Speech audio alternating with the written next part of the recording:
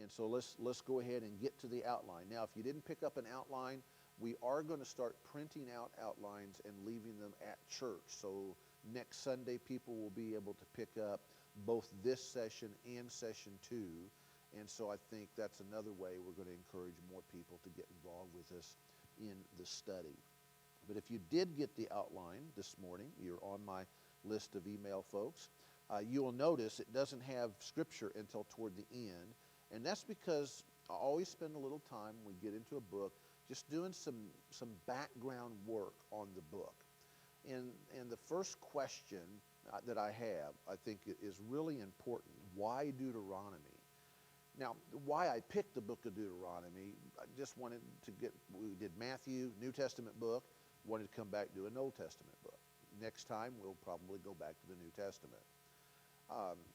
But Deuteronomy, in talking about trying to get people excited about Bible study and trying to get more people to be involved with us in the study, a lot of people, if they're not familiar with Deuteronomy, and even if they are, will say, well, that's not the most exciting book.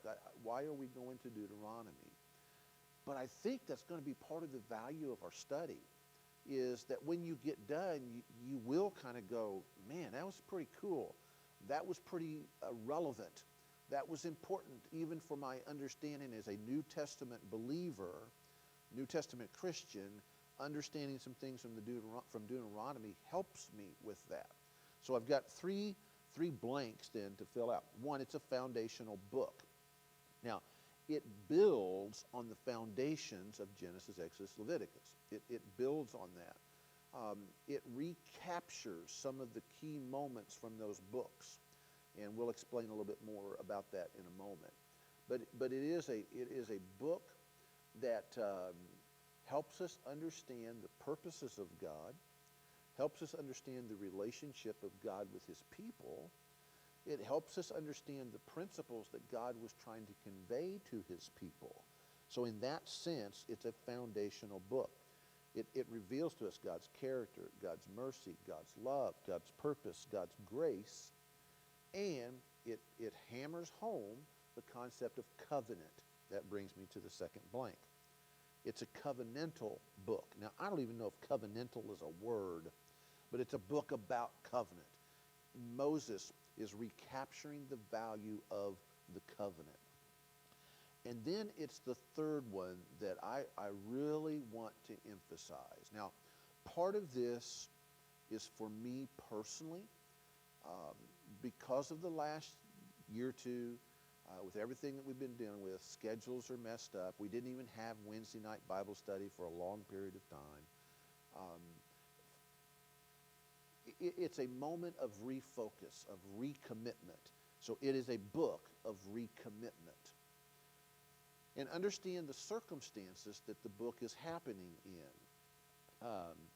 So God's people have been wandering in the wilderness for 40 years. It's that next generation. And now they're getting ready to enter the land. They're getting ready to experience the fulfillment of the promise that God had given them. So much of what Moses is doing in the book is he is leading the people to a recommitment to the covenant, a recommitment to God's purposes, a recommitment to trust God and act on his leading. And so I think that's part of why I think the book is going to have such great value for us as a church. As many churches, this last year and a half has just been difficult. It's been odd. It's tough for many of our members. It seems like we haven't been able to do things that we're normally used to doing. And so I think now is a good time for us to refocus our commitment, to really think about why are we here? Where do we go from here? What is God leading us to next? That's going to be on an individual level, but I think it's also going to be on a corporate level as a church body. So that wasn't really my intent when I picked the book of Deuteronomy, but in studying it and preparing for it and beginning to understand some of the fundamental principles of it, I think it's going to be a big deal. I think it's going to be really important for us. It might be that you personally have gone through a season of, kind of like me, a little unfocused and a little less committed to the causes of Christ, just a little more distracted with other things. And this is a call to recommit. It's a call to refocus. It's a call to re-energize in our relationship, in our walk with the Lord. So I hope that that's much of what you catch in this. Now, I want you to look at the next paragraph that I have. If you don't have the paragraph, I'll read it. And I tried to capture part of this, really what I want to emphasize. The people of God have been in the wilderness. They're about to enter the land that God promised. They are about to enter into a new way of life. Remember that this generation was raised as slaves in Egypt. These were the ones who were kids in Egypt 40 years prior. They grew up as slaves. That's very difficult for us to grasp what that's like and the experiences they've had, how they see the world, how they view all this of what's happening. But it's very important in understanding about who they were. They've had 40 years of just trying to survive. The journey through the wilderness is just meeting obstacles in the wilderness, enemies in the wilderness, difficulties in the wilderness. How do we keep everybody alive? How do we keep them together? How do we keep them focused? How do we keep them paying attention to what God is trying to teach them? So this last 40 years has been hard for them.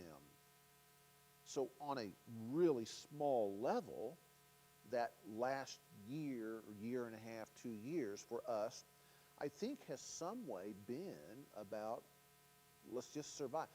How do we navigate all that we're having to deal with? How do we navigate all the discussions about masks and vaccines and all the stuff that's happened in this last year? It's kind of switched our mindset to, let's just get through this. Let's just survive. Let's just come out on the other end of this. Well, I'm not saying we're completely to the other end, but we are certainly closer than we were a year and a half ago. And so I think it's important that we start looking at the words of Moses in what he was telling that generation, telling that group. It's time to switch your thinking. It's time to move from just surviving and just going from place to place and just wandering to time to really grab hold of the purpose for which you were called, to enter the land which you were given, to be the people of God's possession that you were called to be. So in short, how do we go from just surviving to thriving? Now, in our personal lives, just as individuals, there are seasons where we feel like we're just trying to survive. We're just trying to get through this moment. And so we understand that on an individual level, surviving versus thriving, but I also want us to capture the corporate picture of that as a church family, as a church body.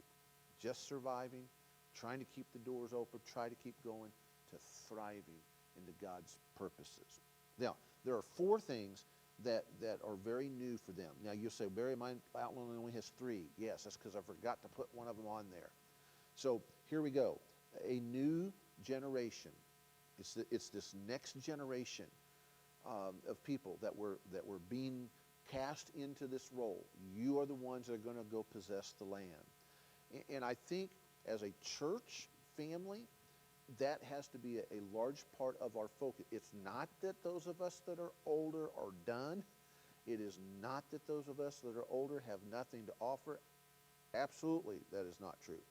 We have much, but much of what we must do is geared toward preparing that new generation for what God has in store for them, that they might have that personal relationship with God, that they might understand the greatness and the glory of God.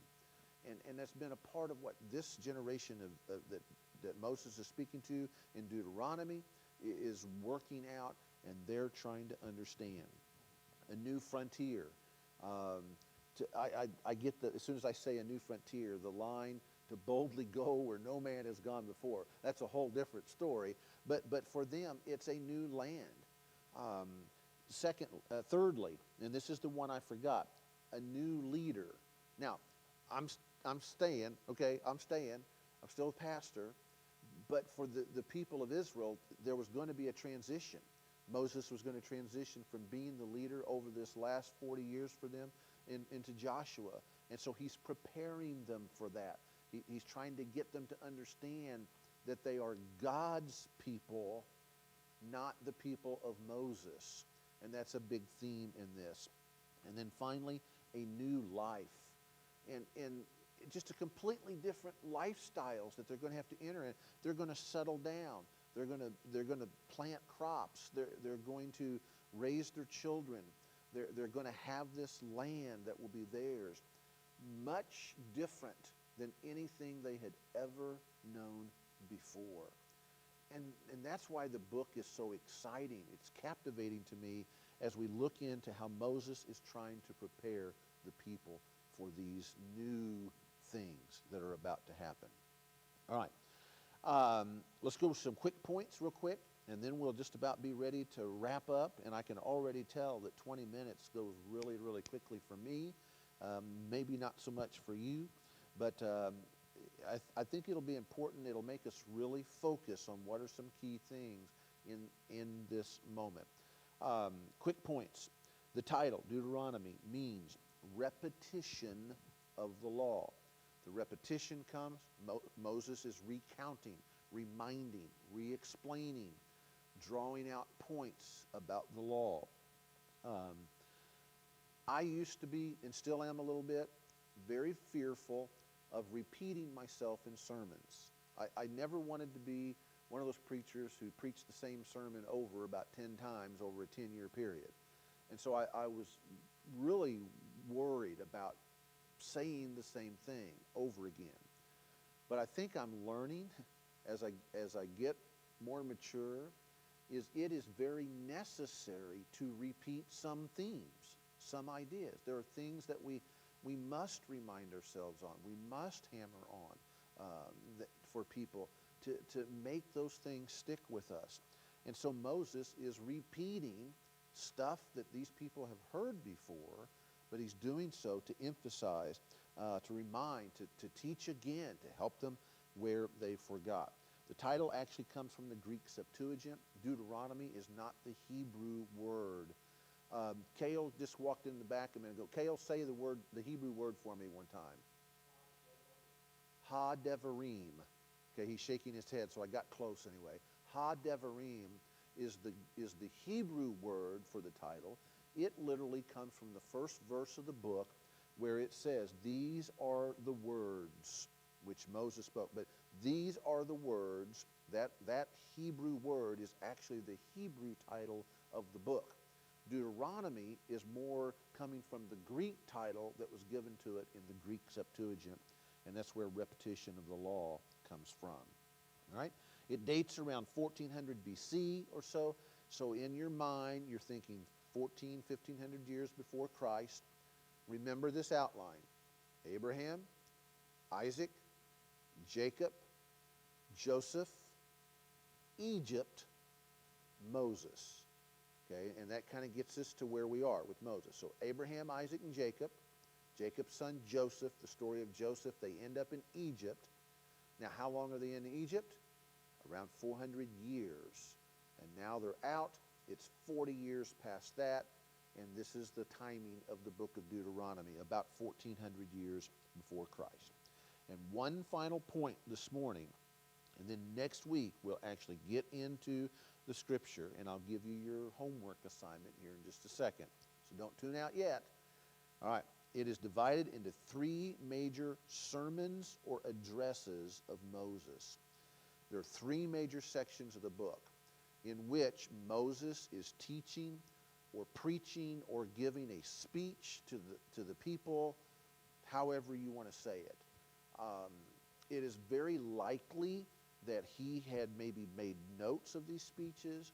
It's possible that people copied down what he said. And it's possible then that these were compiled in such a way that we have them recorded in an order or in a fashion that makes sense or that we can track with. It's amazing. Some of the stuff that Moses says sounds like he's talking to America. I mean, it's just unbelievable how some of the stuff seems so relevant and so current, even though it was 3,400 years ago. So here's your assignment. Read, before next week, the first address, basically chapters 1 through 4. That's all one address. Now, keep in mind, that 4 chapters is going to have tons of stuff in it. I mean, he takes them back through a lot of key moments in their lives and say, remember this, remember this.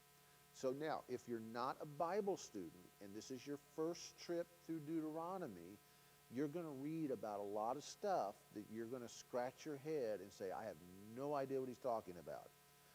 For example, one of those early on, it's going to talk about let's see, who are the 2 kings? Sihon, king of the Amorites, and Og, king of Bashan. A lot of us are not going to have a clue about that. But we will by the time we get done with the study, and we'll understand the significance. It's something that actually is more significant than I even realized in that. So don't panic if there's stuff in there you don't know. That's what's going to allow it to be a teaching moment. The first 4 chapters are just chock full of teaching material. I do want to add one other thing on some quick points that I just realized I forgot that I don't have on here. Deuteronomy is the most quoted book in the Old Testament, over 100 times. And that right there kind of tells me, hey, New Testament people, there's something in the book for us to catch, to capture, to learn, to grow from. So homework, chapters 1 through 4. Next week we'll be back. We will not do all 4 chapters, no way. But the goal is to pull out some of the key themes and ideas from that, and you're going to start this journey. I think it's going to be a fun journey, and I'm excited about having you with us. And again, I pray that a lot of us at Cedar Grove can go through this journey together. That's it, guys. 22 minutes. I got pretty close. Sometimes we might go 25, but I just want to try to keep it a little bit shorter so that you can take that block of time and then maybe have a little time to go over it yourself about what did we just talk about and digest a little bit about what we just learned. So we'll go from there, and we'll see you next week for session 2 of Deuteronomy.